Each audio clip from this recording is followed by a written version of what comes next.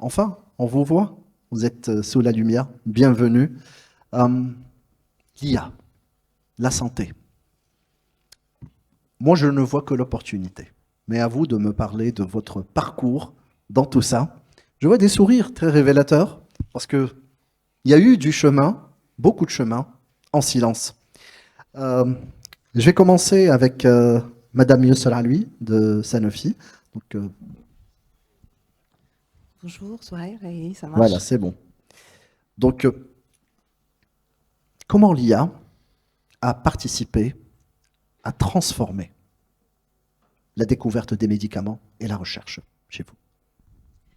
Alors merci beaucoup et merci de m'avoir donné cette opportunité de parler au nom de Sanofi parce que voilà, il m'a fallu des jours et des jours, hein. Il y a tellement d'innovations et de cas à citer. Comment l'IA a transformé l'innovation et la découverte des médicaments chez Sanofi? Alors, je dirais même au-delà de la découverte des médicaments. Parce qu'aujourd'hui, Sanofi affiche clairement son ambition par rapport à intégrer l'IA dans toute la chaîne de valeur. En fait, on ambitionne clairement de devenir le premier aujourd'hui ou la première entreprise pharmaceutique qui est alimentée par l'IA. Et quand je dis alimenter, encore une fois, alimenter sur toute la chaîne de valeur, ça démarre par la découverte, bien évidemment, de molécules, jusqu'à permettre justement de mettre à disposition les médicaments aux patients. Alors pour cela, je commencerai par la phase découverte, et je pense qu'il y a eu vraiment des partenariats clés. Et là, on a vu tout à l'heure les startups, c'est très important aujourd'hui dans le cadre d'Open Innovation ou dans le cadre de partenariats très importants avec des startups, parfois même avec d'autres labos pharmaceutiques, pour pouvoir justement intégrer une certaine innovation chez nous ou la partager en fait ensemble. Donc dans la découverte, par exemple, je peux citer dès 2021 des partenariats avec des startups, voire des licornes, hein, comme Owkin en 2021, qui nous a permis, par exemple, de mettre en place une certaine IA qui travaille avec une approche d'apprentissage fédéré. Je ne sais pas si ce concept est connu, mais voilà, c'est Allez-y, vous pouvez nous en plusieurs, parler. justement, c'est carrément l'IA qui apprend à l'IA. C'est-à-dire qu'il y a un réseau de machines IA, et c'est un concept en fait qui favorise à ne pas décentraliser la data. C'est-à-dire qu'on peut bénéficier en faire d'informations, de données sur des patients sans avoir à les avoir chez nous. Et ça garantit voilà, la confidentialité, etc. Et donc, ce sont des machines qui disposent de données qu'on n'a pas, qui vont apprendre à d'autres machines des informations qui vont modeler son apprentissage. Et ça, c'est Excellent. quelque chose qui nous a permis la découverte de plusieurs molécules et qui nous a aussi permis, dans la phase de découverte, d'innover ou d'accélérer l'innovation dans ce qu'on appelle la médecine de précision, de proférer des traitements qui soient hautement personnalisés pour les patients au bon moment. Depuis 2021. Donc, intégrer l'IA aujourd'hui, ça date pas de quelques années. C'est vrai qu'on a entendu le boom assez récemment, hein, depuis 2-3 ans, mais l'ambition chez Sanofi existe bien avant, juste après le Covid, depuis 2020, depuis 2021, et les partenariats clés avec des startups innovants. Voilà, je peux citer d'autres avec Excentia du Royaume-Uni, qui a développé des plateformes pour justement développer des molécules. Dans la partie, par exemple, recherche clinique ou dans la partie test, c'est une phase assez longue et assez coûteuse. Et là aussi, l'IA nous a permis de trouver ou d'optimiser ou d'accélérer, de trouver ou de recruter les bons patients pour la phase de test, mais aussi elle a permis de carrément développer ce qu'on appelle un jumeau. Un jumeau patient, c'est comme un patient virtuel. En fait, avant d'arriver à tester nos traitements sur des patients réels, on a aujourd'hui la possibilité de tester sur des jumeaux patients qui sont totalement virtuels. Et je peux vous laisser imaginer l'impact sur le coût et l'impact sur le temps. Aujourd'hui, on a confirmé un gain d'une année Oui. par rapport à une dizaine d'années en arrière dans la recherche et développement. Et bien sûr, quand on continue sur la chaîne de valeur, après la découverte, après Oui. les tests cliniques, il y a la partie fabrication, la partie chaîne d'approvisionnement. Là, il ne faut pas juste développer des traitements, il faut les mettre à disposition Oui. pour le patient. On en Et là parlera, aussi, justement, l'IA a beaucoup développé. Oui, Merci. vous avez parlé du patient jumeau et vous avez répondu à une question que j'allais poser justement par rapport aux threats. Un peu, c'est des données, voilà. Donc, on est capable de créer des patients jumeaux. On a entendu que l'IA peut entraîner une autre IA. Et moi, j'ai appris récemment qu'une IA a eu un bébé avec une autre IA et qui ont généré une IA plus intelligente que ses parents. On en parlera. Je vois le body language de Monsieur Razi Meliani depuis tout à l'heure, qui a envie de vraiment, qui a beaucoup de choses à nous apporter, comme tous nos chers panélistes. Bonjour déjà, j'ai envie de vous demander comment l'IA générative peut-elle aider à mettre en place les bonnes pratiques, mais on parle distribution de médicaments, vous qui représentez aujourd'hui Cogefa, mais pas que, mais comment ça peut se faire grâce à l'IA? Qu'est-ce qu'elle peut vous apporter, vous, dans votre métier? Merci beaucoup pour la question et je tiens à remercier l'équipe de Business France pour le choix du sujet et pour l'invitation. Aujourd'hui, les industries comme Sanofi, grâce aux bonnes pratiques de fabrication, créent la qualité. Aujourd'hui, nous, en tant que distributeurs, grâce aux bonnes pratiques de distribution, on protège cette qualité. Et aujourd'hui, l'IA générative, grâce à plusieurs cas d'usage, peut nous aider à accélérer la mise en place de ces bonnes pratiques de distribution. Les cas d'usage sont multiples. Aujourd'hui, je vais en citer 3. La première, aujourd'hui, la colonne vertébrale des bonnes pratiques de distribution, c'est la documentation. Aujourd'hui, l'IA générative peut nous aider à mettre en place ces documents, à rédiger ces documents. Et encore mieux, cette IA générative peut faire une veille. Que voulez-vous dire par document, pour que ce soit très clair pour tout le monde? Toutes les procédures, tout type de documents aujourd'hui. Qui concernent la distribution. Qui concernent les bonnes pratiques de distribution. De distribution, voilà. Exactement. Donc aujourd'hui, en plus de la rédaction de ces documents-là, elle peut faire une veille réglementaire et mettre à jour ces documents instantanément. Chose qui est très intéressante aujourd'hui. Normalement, c'est des tâches qui prenaient beaucoup de temps. Aujourd'hui, on peut les faire rapidement. Et pour que ces documents ne restent pas que sur les bureaux, pour qu'on les voit sur le terrain, les IA génératives peuvent jouer le rôle assistants de poche pour nos équipes logistiques et répondre à toutes leurs questions concernant ces procédures. Et il faut mentionner aujourd'hui que ces IA génératives, on peut échanger avec eux via texte, voix, images, vidéos. Donc, c'est multimodal. On dit que c'est des modèles multimodaux.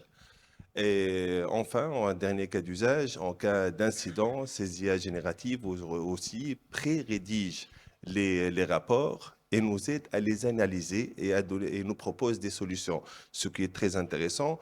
Donc, l'IA générative aujourd'hui, elle n'est pas là pour remplacer le pharmacien ou les équipes, elle est beaucoup plus là pour les augmenter, pour leur redonner du pouvoir.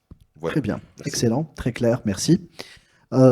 Je vais poser la question à Monsieur François Kayser. Donc, justement, dans un domaine aussi sensible, et on le sait tous, aussi sensible que la santé.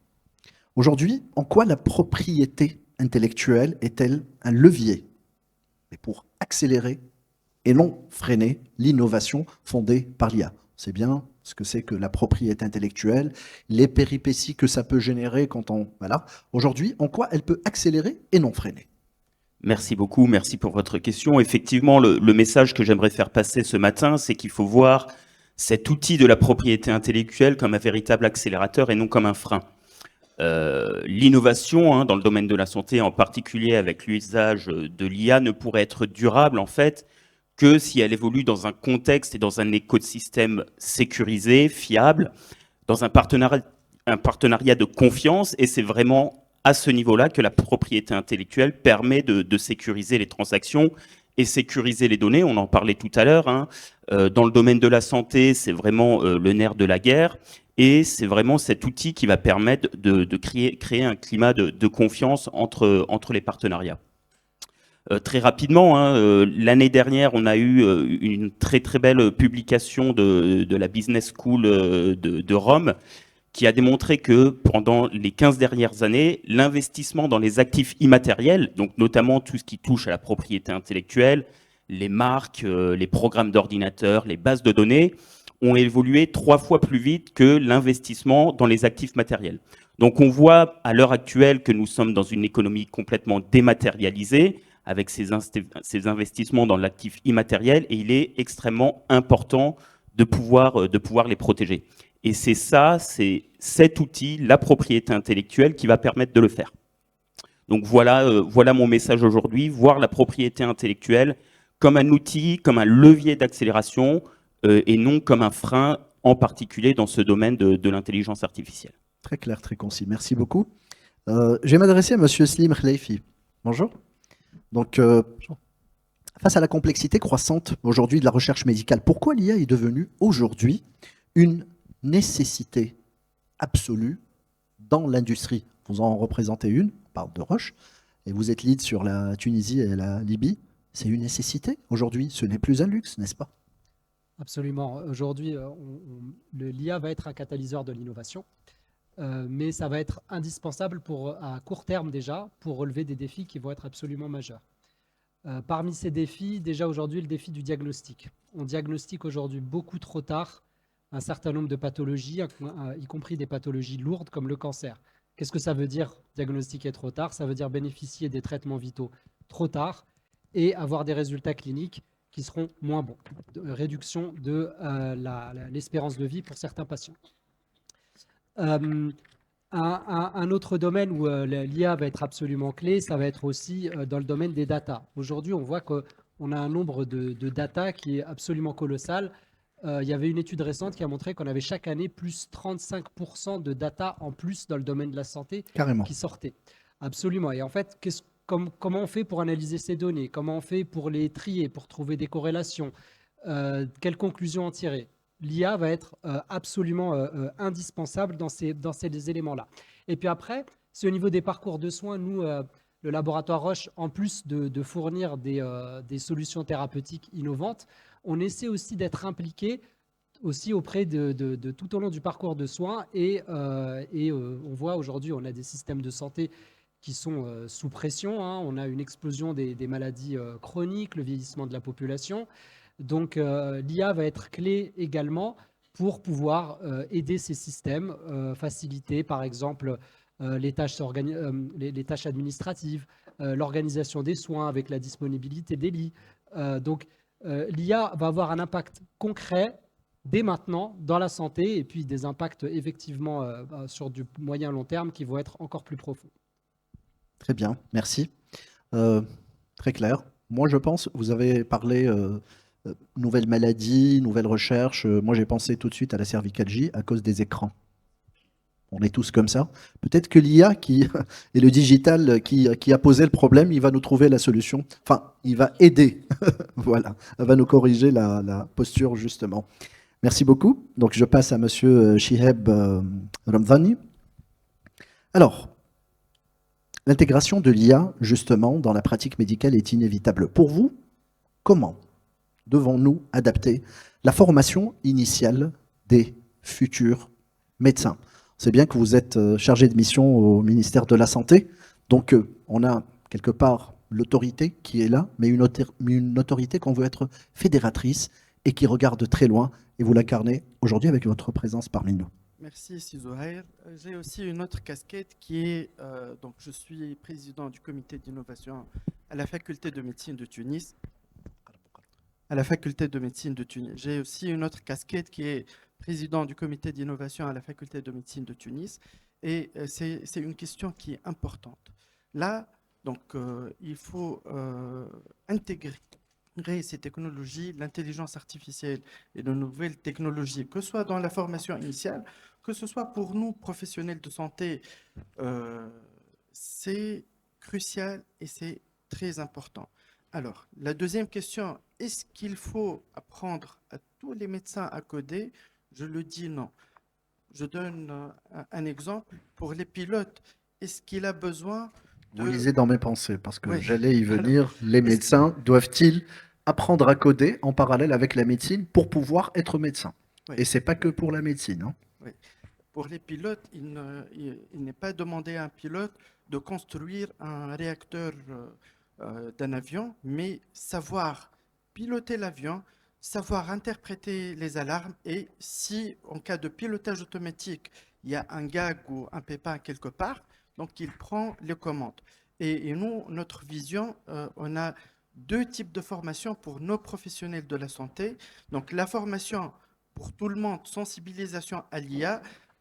Les jeunes, ils utilisent l'IA et on doit les responsabiliser et les montrer comment ils l'utilisent. L'utiliser d'une manière responsable, c'est-à-dire à chaque fois qu'ils utilisent l'IA, donc c'est leur responsabilité qui l'engage. La deuxième chose, lorsqu'ils utilisent l'IA, ils doivent avoir les compétences nécessaires pour valider et vérifier donc, le contenu qui est produit par l'IA pour pouvoir l'utiliser. Et in fine, donc, ce qu'on dit toujours, pour une IA responsable, c'est l'humain qui est dans la boucle. L'human in the loop, il est très important. Le deuxième type de formation qui est important, il faut former des médecins qui vont faire le pont avec nos amis ingénieurs et pour notre souveraineté, pour produire des modèles IA, les ingénieurs, ils n'ont pas une compétence en médecine et il va y avoir faire une spécialisation et des diplômes, des masters pour former des médecins pointus. Des masters ou des certifications? Les deux en fait, donc les deux. Des certifications. Un master, ça engage beaucoup de temps, beaucoup de présence. Et... On est allé, donc ça c'est pour une minorité de médecins, c'est 5 à 10% qui doivent être à la pointe, qui doivent travailler avec les ingénieurs pour avoir des modèles qui vont servir in fine nos patients. Et ça, c'est très important. Excellent. Merci beaucoup. Je vais céder la parole à M. Lotfi Bouhamoura. Rien ne vaut le terrain. Le terrain, parce que là, on est là à parler IA, mais il y a la vraie pratique, il y a le vrai quotidien. Et rien ne vaut le quotidien d'un hôpital, justement.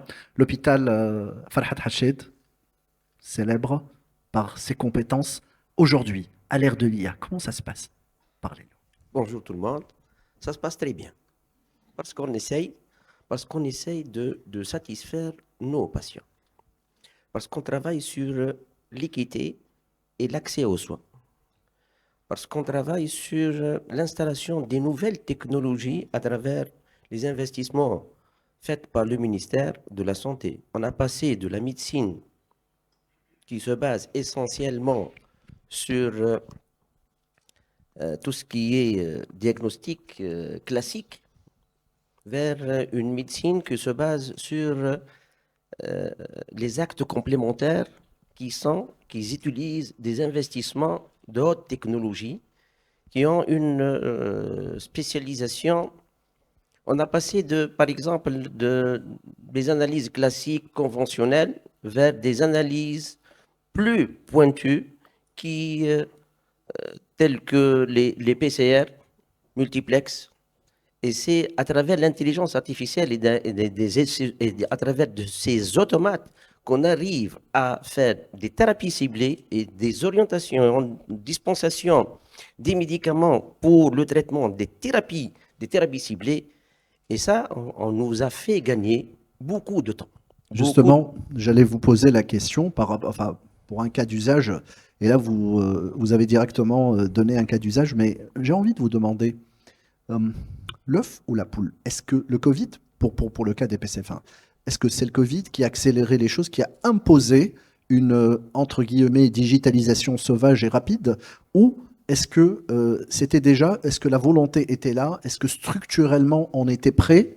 Ou bien est-ce qu'on a été... est-ce que ça a été le fruit d'initiatives de quelques médecins qui ont fait qu'ils ont tiré dans leur sillage d'autres médecins et, par conséquent, la structure que vous représentez? J'ai 30 ans dans le secteur de la santé. J'ai utilisé la première application de comptabilité en 1995. Aujourd'hui, on ne parle pas de comptabilité, mais on parle d'intégration entre les applications. Aujourd'hui, on a 27 applications développées par, je dirais, le meilleur centre informatique en Tunisie, le centre informatique du ministère de la Santé. Le fameux. Le fameux, oui. Et à travers ces années, il y a toujours une volonté politique du ministère de la Santé pour développer, pour améliorer. Il y a une pression de l'utilisateur, il y a une pression du médecin, il y a une pression de l'administratif, il y a une pression du centre informatique, il y a une poussée du ministère de la Santé vers le haut. Donc c'est comme ça qu'on est arrivé à intégrer tout le système. C'est comme ça qu'on est arrivé à aider le patient à bénéficier des soins dans les meilleures conditions possibles dans notre structure. Je parle de l'hôpital Farhat Hachet, puisque je suis directeur général depuis 9 ans. D'accord. Donc aujourd'hui, on a passé, je vais vous donner 2 petits chiffres. Allez-y. On a passé de 400 000 soins en 2017 à aujourd'hui, nous sommes à 627 000 soins en 2025. Pourquoi? Parce qu'on a essayé de travailler sur les rendez-vous. On a essayé de travailler sur la gestion de la queue dans les structures. On n'a pas de SAF à l'hôpital Farhat Hachet. On n'a pas. Parce qu'on envoie des SMS et on fait de tout ce qui est inscription à distance et paiement à distance. Et si cette possibilité n'existe pas, le patient peut faire son inscription lui seul sur une borne d'inscription qui la demande d'inscription nécessite, le temps de l'inscription ne dépasse pas les 5 secondes. Donc il y a toujours une volonté politique imposée du ministère de la Santé pour améliorer la prise en charge du patient et pour faciliter l'accès aux soins. On a passé de 6,7 journées d'hospitalisation à 3,5. Et c'est grâce au partage de l'information, c'est grâce au système informatique qui existe au ministère de la Santé, développé par l'unique centre informatique de la Tunisie et toutes les applications qui sont utilisées dans toutes les structures. Ça permet au ministère de la Santé de voir grand, de voir toutes les structures, comment ils travaillent, avec le CIPAD central, avec le système, avec les tableaux de bord régional et hôpital. Voilà, c'est pas par hasard que M. Lotfi Bouramoura est là parmi nous, parce que justement, on a les a priori sur le secteur public, on a les a priori sur les hôpitaux. Dans le bassin méditerranéen, c'est pas que la Tunisie qui est concernée. Et aujourd'hui, on voit qu'il y a des gens qui travaillent, mais en silence, et qui essayent, qui font tout pour améliorer. Et je suis très content d'entendre ce que j'ai entendu, et je pense que c'est partagé par tout le monde. Je vais revenir à Madame Yossera, lui, de Sanofi. Quand on dit transformation, on pense toujours à l'externe, on pense toujours à ce qu'on va montrer. Mais qui dit transformation, dit aussi qu'il faut que ça commence en interne. Alors, qu'avez-vous à dire par rapport à ça? J'ai beaucoup à dire, puisque c'est mon métier. Donc, justement, quand on parle transformation, c'est d'abord une transformation interne. Et chez Sanofi, il y a eu un grand effort à démocratiser justement l'innovation de façon générale et l'IA de façon particulière, puisque l'IA, c'est un facteur clé dans ce processus d'innovation. Alors, la transformation, elle passe par 3 choses. Oui. Tout d'abord, l'humain.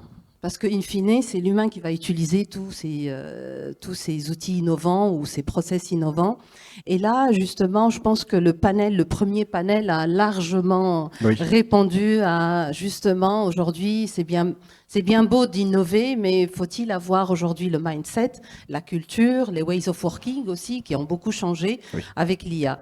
Le deuxième volet, c'est le mode opératoire avec lequel on fonctionne, avec lequel on a l'habitude de fonctionner, que ce soit en fabrication ou en approvisionnement ou dans le métier commercial aussi, qui est très important lorsque nous côtoyons nos professionnels de santé.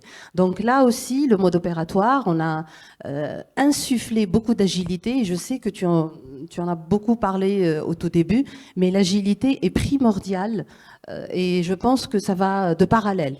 Parce qu'aujourd'hui, en utilisant l'IA générative ou l'IA prédictive ou n'importe quel type de l'IA, si derrière on n'est pas un petit peu dans ce concept, très vite, j'essaye de concevoir un prototype et j'essaye rapidement de le déployer à forte échelle, franchement, c'est de l'investissement qui, aujourd'hui, ne va pas avoir un retour aussi grand que je l'attendais. Et le troisième volet, c'est bien sûr le développement des outils digitaux, le développement de la data, qui est extrêmement important. Le fait on a l'habitude de dire de digitaliser, je dirais plutôt de sécuriser l'information, bien la tracer et avoir une bonne qualité d'information dans nos systèmes. C'est un point très important. Absolument. Et je tiens à dire quelque chose ici. Il y a toujours en 2025 des personnes qui pensent que être présent sur les réseaux sociaux, avoir un site web, ça veut dire être digitalisé. Alors que non, c'est une mentalité, c'est une culture et ce sont des pratiques en interne avant que ce soit en externe.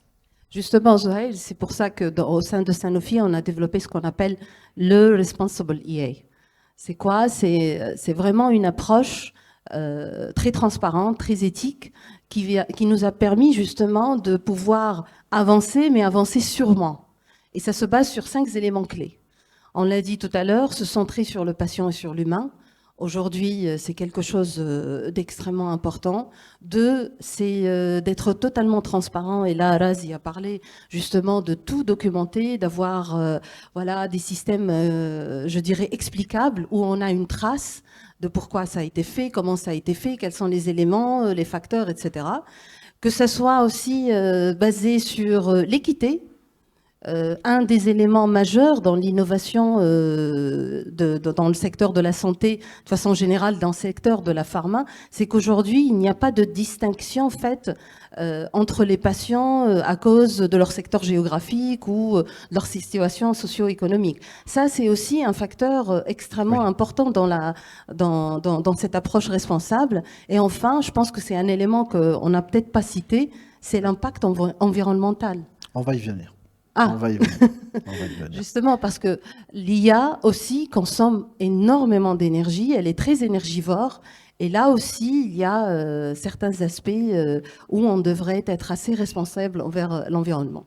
On va essayer de faire mieux que le papier, parce que le papier aussi, c'est les arbres. Le papier, c'est de l'histoire ancienne. Voilà. Hein. Donc, voilà. Monsieur Razi Melieni, alors, au-delà de la casquette Cogefa, le fameux distributeur, vous avez la casquette, une casquette africaine, entre guillemets, à travers une association dont vous êtes vice-président. Qu'en est-il en Afrique en général, subsaharienne, voilà, parce que la Tunisie, c'est aussi l'Afrique. Mais qu'en est-il? Qu'est-ce que vous voyez en termes de pratique? Est-ce qu'il y a des déphasages? Est-ce qu'il y a des pays averses au digital, à l'IA? Ou est-ce que comment ça se passe? Qu'est-ce que vous avez vu? Qu'est-ce qui a attiré votre attention par rapport à ça qui pourrait nous être intéressant aujourd'hui? D'accord, merci beaucoup pour la question. Oui, l'association que je vice-préside, c'est l'Association des distributeurs pharmaceutiques africains. C'est la seule association sur le continent qui représente les distributeurs pharmaceutiques privés. Donc notre mission, c'est d'améliorer l'accès aux médicaments de qualité pour le patient africain. La chose c'est un de nos objectifs, c'est d'accélérer la digitalisation des distributeurs pharmaceutiques en Afrique. On est en train d'organiser plusieurs événements. Notre dernier événement s'est déroulé à Douala l'année dernière. Donc là, on a dédié tout un panel sur comment digitaliser nos entreprises. L'Afrique, il ne faut pas voir l'Afrique comme un continent où il y a beaucoup de déphasage entre l'Afrique du Nord, l'Afrique du Sud, l'Est, l'Ouest, exactement. Il y a des pays où les choses sont en train de s'accélérer, exemple l'Afrique de l'Est. Le Rwanda, notamment. Le Rwanda, exactement. Kenya, absolument. L'Afrique du Nord aussi, il y a des belles réalisations, mais malheureusement, c'est pas la même chose dans tous les pays, car il y a certaines défaillances au niveau d'infrastructures. Exactement. D'ailleurs, par rapport à Internet, il y a des pays qui sont plus sans fil que ADSL et câblage, vu la géographie. Absolument. La couverture Internet, c'est un vrai défi. L'électricité aujourd'hui aussi dans certaines régions, c'est un vrai défi. Mais le mindset est là. Les distributeurs pharmaceutiques là, ils sont en train de faire beaucoup d'efforts et je pense qu'on est sur la bonne voie par rapport à ça. Voilà. J'ai envie de revenir à Monsieur François Kayser. C'est très important ce que vous avez dit parce que ça nous permet de comprendre aussi dans la globalité où on est, là où on a pied. Frika, l'ancien nom de la Tunisie, d'où est né Africa. Voilà.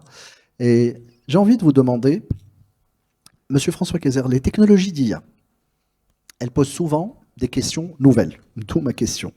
Les données, les algorithmes, les modèles, quels sont, selon vous, les principaux défis de la propriété intellectuelle que rencontrent aujourd'hui start-upers, chercheurs? Et on sait aujourd'hui, on a des start-upers parmi nous, on a des gens qui ont pitché, il y a des défis de propriété intellectuelle. Parfois, on voit l'opportunité, mais on oublie qu'il y a un cadre réglementaire. Exactement. Alors, bien sûr, le droit de la propriété intellectuelle, de manière générale, s'adapte aux nouvelles technologies et notamment à l'intelligence artificielle. Nous avons des éminents législateurs qui s'affairent à modifier le droit de la propriété intellectuelle pour s'y adapter. Et je dirais que, alors je m'adresserai ce matin effectivement plus aux start-upers, aux étudiants, aux chercheurs, peut-être moins aux grands groupes comme Sanofi qui maîtrisent déjà ces outils de propriété intellectuelle et notamment sur la valorisation de leur recherche, mais je pense qu'il est important pour ces jeunes-là, pour ces jeunes entrepreneurs de pouvoir, dès le début, identifier clairement une stratégie de propriété intellectuelle très en amont dans leur projet. Parce que moi, je vois régulièrement des jeunes qui viennent nous voir avec des idées formidables et qu'ils oublient de protéger. Et souvent, il est trop tard et l'idée est copiée et plagiée. Et on se retrouve un peu le bec dans l'eau. Donc c'est un peu le message que je veux faire passer, c'est renseignez-vous, on est là pour ça aussi, pour vous accompagner. On reprenait un peu l'image de l'avion où on ne demande pas à un médecin de savoir coder. Je reprendrai un peu la même image où je ne demanderai pas à un start-upper de comprendre tout le code de la propriété intellectuelle, mais savoir que ça existe et se renseigner auprès de moi, de mes collègues. On fait de l'accompagnement gratuitement, justement, pour pouvoir utiliser, un peu comme l'IA, l'outil propriété intellectuelle. On a, Dans quel cadre vous le faites? C'est important de le dire, parce que peut-être il y a des personnes qui peuvent être intéressées. Pouvez-vous nous parler du cadre de Bien sûr, alors c'est de l'accompagnement entièrement gratuit, donc de l'ambassade de France, donc en collaboration avec Business France sur ces thématiques-là, on peut me renvoyer tout ce qui est lié à des questions de propriété intellectuelle. Mes coordonnées sont disponibles. Vous pouvez me contacter. On peut venir me voir. Voilà, s'il y a des questions, je serai là pour y répondre. Donc c'est vraiment l'idée. La propriété intellectuelle possède tout un tas d'outils qui permettent de protéger et de valoriser le brevet, la marque, la protection des bases de données, le droit d'auteur, etc. Et je dirais, et je ferai aussi un petit point sur l'importance de cet outil dans le cadre de la valorisation de la recherche académique, qui est excellente ici en Tunisie. On a une excellente recherche académique, il faut le souligner, dans le dernier Global Innovation Index qui a été plié par l'Organisation mondiale de la propriété intellectuelle. La Tunisie se classe 4e en termes de recherche académique. Donc c'est un résultat qui est fantastique. Maintenant, on peut avoir encore des difficultés d'accès au marché. Passer de la recherche théorique à l'accès au marché, cette zone un peu qu'on appelle la vallée de la mort pour les porteurs de projets. Et justement, la propriété intellectuelle est là pour accompagner, pour valoriser et pour assurer le transfert de technologie entre, par exemple, le secteur public et le secteur privé. Et tout ça sont des outils qui sont disponibles grâce à la propriété intellectuelle. S'il y a des questions, je suis bien sûr disponible pour y répondre tout à l'heure. Merci beaucoup. Et d'ailleurs, c'est valable pour tous nos panélistes. N'hésitez pas à aller les voir, à échanger avec eux, parce qu'on est là pour ça. Je vais poser ma prochaine question à Monsieur Slim Khleifi. Donc, j'ai envie de vous demander, en tant que Customer Engagement and Digital Lead, est-ce que, pour vous, la Tunisie est un hub de compétences, justement? On vient d'en parler, on est des chercheurs, on fait de la recherche. Est-ce qu'il y a des cas concrets, justement, d'utilisation de l'IA, de par votre poste, ce que vous voyez au quotidien dans le concret? Est-ce qu'il y a des cas pratiques? Je parle de la Tunisie, on essaie de benchmarker un peu pour que tous nos chers invités des autres pays, peut-être, puissent voir comment se passent les choses ici. Absolument. Merci pour cette question. Donc, Nous, chez Roche Tunisie, une de nos obsessions, j'allais dire, c'est essayer d'avoir un impact concret chez les patients tunisiens et sur le parcours de soins ici. Ce qu'on avait constaté, c'est que nous, on est très engagés dans le cancer du sein. Et on a constaté qu'en Tunisie, comme dans beaucoup d'autres pays du bassin méditerranéen, il y a de grands retards au diagnostic. Et comme je le disais tout à l'heure, qui dit retard dit un pronostic plus péjoratif. Et on a décidé d'agir par rapport à ça. Donc, on a décidé de collaborer avec une association dans le sud tunisien qui est très engagée, justement, aussi dans le cancer du sein et qui a des équipements de mammographie. Donc, ce qu'on a fait, c'est qu'on a fourni une solution d'IA auprès c'est une solution d'IA qui vient d'une start-up sud-coréenne auprès de cette association, en l'intégrant à ses équipements de mammographie. Donc concrètement, comment ça fonctionne? C'est que une fois que la mammographie elle est réalisée... Excusez-moi, où au sud tunisien? À Sfax, très exactement. À Sfax, d'accord, la capitale du Sud. Absolument. C'est comme ça qu'on l'appelle en Tunisie. Absolument, merci. Et donc, une fois que cet outil il est intégré à l'appareil de mammographie, les analyses sont envoyées à l'outil, l'outil va analyser, détecter des signes de cancer, générer un score de probabilité ensuite par rapport au risque de ce cancer. Et ça va servir, alors ça ne remplace pas le radiologue, mais ça va servir, évidemment, ça va servir de seconde lecture, d'assistant intelligent. Ça propose une analyse au radiologue. Alors, quels sont les résultats concrets qu'on a pu mesurer là-dessus? C'est une réduction du délai du diagnostic, qui était avant de 2 mois et qui est passé à 15 jours. Carrément. Donc, on a gagné 6 semaines. Ça peut être 6 semaines pour bénéficier plutôt de traitements vitaux, d'une chirurgie, et c'est 6 semaines de stress en moins aussi en attendant les résultats pour les patientes. Ouais. On a constaté une concordance de plus de 90% entre ce qu'observe le radiologue et ce qu'observe l'intelligence artificielle. Et même dans certains cas, on a pu constater que certaines tumeurs étaient invisibles à l'œil nu et peut-être les patientes n'auraient pas ensuite bénéficié d'une biopsie. Et ben là, grâce à ça, les patientes, elles ont pu bénéficier donc d'une biopsie et d'un traitement.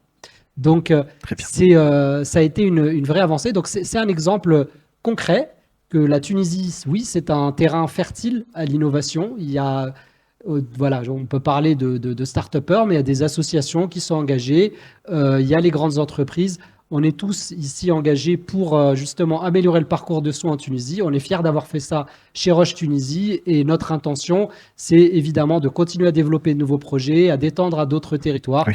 C'est une première expérience et on en est très fiers. Merci beaucoup. Vous voyez, il y a du travail qui est fait en silence.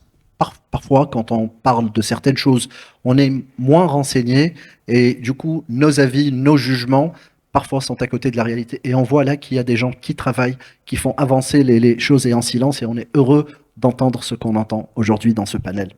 Monsieur Chihab Ramzani, donc l'intégration de l'IA dans la pratique médicale est inévitable. Mais pour vous, mais vraiment d'une manière très concise, comment devons-nous adapter la formation initiale des futurs médecins? Donc c'est très important. Vous m'avez posé... Oui, je sais, mais c'est très important. J'ai besoin des bullet points. Alors, pour ça, donc, c'est la sensibilisation. Sensibilisation? Oui. Et les règles d'utilisation de l'IA, donc il faut utiliser l'IA d'une manière équitable. Il faut vérifier qu'il n'y a pas de biais. Et là, c'est très important. Et le troisième point, c'est l'explicabilité.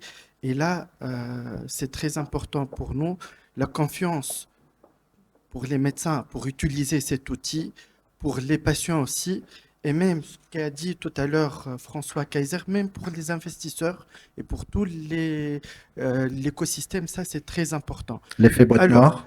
C'est ça en fait, c'est ça. L'effet boîte noire. C'est là où je voulais converger. Oui, pour l'IA, c'est un épouvantail, mais... Qu'est-ce que l'effet boîte noire déjà? Ok, donc alors l'IA, c'est des algorithmes qui sont très puissants et c'est des algorithmes mathématiquement qui sont très complexes et donc on n'arrive pas à les expliquer très facilement. Mais le revers de la médaille, c'est des algorithmes qui sont très puissants et très performants. L'IA par rapport aux outils classiques, elle gagne toujours. Et là, à la fin, pour utiliser ces outils d'une manière fiable, il faut vérifier qu'ils sont bons, il faut vérifier les datas, il faut que les datas soient utilisées, donc n'excluent pas des populations, par exemple certaines races ou certaines couleurs de peau ou genre ou âge. Gender equality. Les datas sont voilà. très importants en amont. Deuxième chose, on a des outils pour vérifier l'explicabilité et pour assurer une certaine transparence, tels que le poids des variables de le modèle. Ça, c'est important. Ou, par exemple, qu'est-ce que le modèle utilise pour donner ce résultat. Je donne un exemple concis. Par exemple, nous, on travaille sur la radiographie du thorax. Donc ça, c'est en première ligne. Ça va toucher 2000 centres qui sont équipés dans toute la Tunisie de radiographie de thorax. Et là, donc, en travaillant sur ça, donc, on s'est rendu compte, par exemple, on a deux types de radiographes. Il y a les radiographes au service de radio et les radiographes mobiles. Les radiographes mobiles sont utilisés en réa et en urgence et on a pu savoir grâce à l'explicabilité du modèle que les modèles ne regardaient pas l'étendue des lésions, mais il arrivait à deviner que ce type de radiographie a été réalisé par la radiographie mobile. Et là, donc, si on n'utilise pas cette explicabilité, donc on n'arrivera pas à Très clair. à avoir des modèles qui sont fiables et qui sont transposables et généralisables après. Donc, d'où l'effet boîte noire. Merci beaucoup. Merci. Alors, si l'autre fait Bouramoula, donc, j'ai besoin de vos recommandations. Regardez vers le futur. Qu'est-ce que vous avez envie de dire à tous ceux qui sont là, à tous les spécialistes aussi de la santé qui nous écoutent, qui sont présents, mais aussi qui ne sont pas présents, mais qui nous verront à travers les vidéos. Quel message voudriez-vous dire en partant d'ici, de la Tunisie qui nous réunit aujourd'hui, et quelles sont vos vraies recommandations en bullet point, s'il vous plaît? Merci. Pour moi, j'aime bien faire passer un autre message. Un autre message. L'hôpital Farhat Hached contient 40 services. On est passé de 40 services vers 5 pôles. Et ces pôles, parmi les pôles, le pôle carcinologique. Et le fait de travailler, de partager l'information via l'IA et via la digitalisation, on a fait gagner le patient d'une année de prise en charge. Parce que entre le premier diagnostic et le premier prélèvement et la première ponction et la dernière séance de radiothérapie, on a fait gagner le patient d'une année. Et aussi grâce à l'investissement qui a été fait par le ministère au profit de l'hôpital Farhat Hached et réellement au profit du patient. Donc, ça c'est le partage de l'information.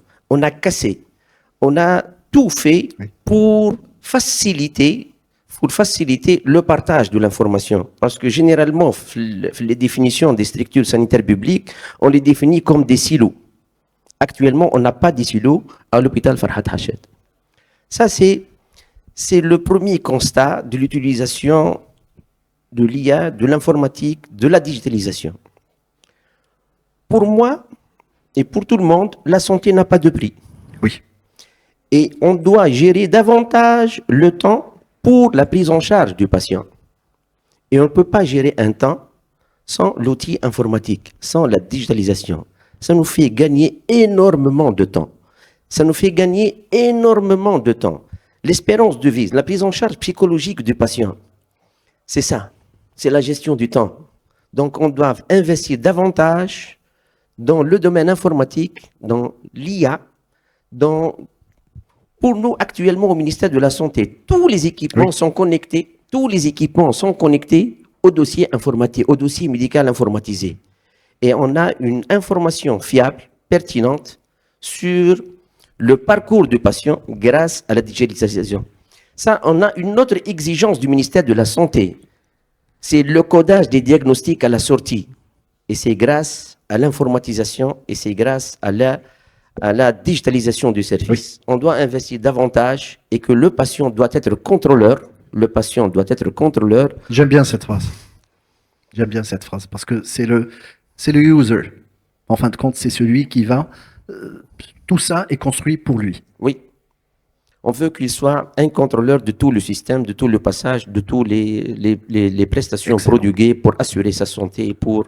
Excellent. Merci. Merci beaucoup. Une dernière peut-être recommandation, Sielazi?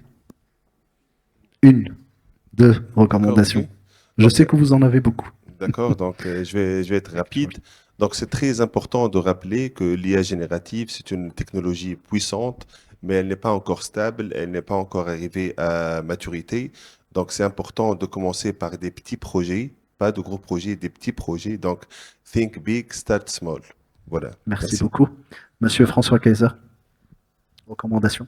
Recommandation, pensez à la propriété intellectuelle avant qu'il soit trop tard. Mettez en place une stratégie très en amont dans vos projets. Contactez-nous en cas de besoin. Nous sommes là, on doit vous accompagner sur ces sujets qui sont assez techniques. Donc voilà le message que je veux faire passer. Merci beaucoup. Monsieur Slim Khlefi. Oui, je dirais fournir alors l'innovation, l'IA dans l'innovation, ça va être un apport extraordinaire, mais faisons en sorte que ce soit accessible et impactant le plus tôt possible. Et pour paraphraser ce qui a été dit, je pense que c'était très bien dit, effectivement, think big et act small sur le court terme. Voilà, merci beaucoup. Madame Yousra Aloui. Je dirais démocratiser l'IA est très très important, parce qu'aujourd'hui, certes, on parle d'intégrer l'IA dans le parcours académique de professions qui sont à la base peut-être pas liées, mais c'est extrêmement important. Ça va au-delà des médecins, hein. Je pense que tous les corps de métier qui sont impliqués dans la santé devront absolument, à un moment ou à un autre, se faire certifier ou se documenter.